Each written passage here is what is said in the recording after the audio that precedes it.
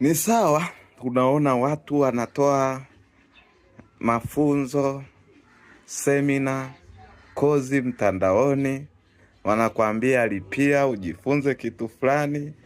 Wewe unaona, yani kulipia kitu fulani, mimi nijifunze, haipendezi, Hautaki kulipia gharama ili upate uelewa juu ya kitu fulani.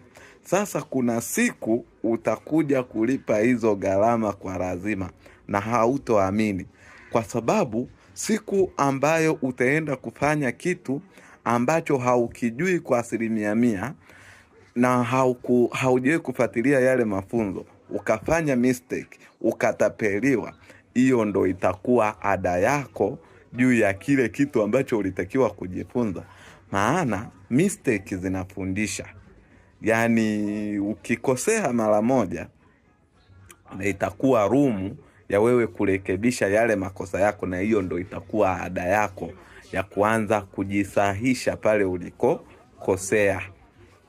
Kwa hiyo kama unahitaji kujifunza zaidi namna ya kuagiza vitu kutoka China kuja Tanzania, lakini mambo ya biashara na vitu vingine, tafadhali follow account zangu kwa ajili ya mafunzo na maelekezo mbalimbali.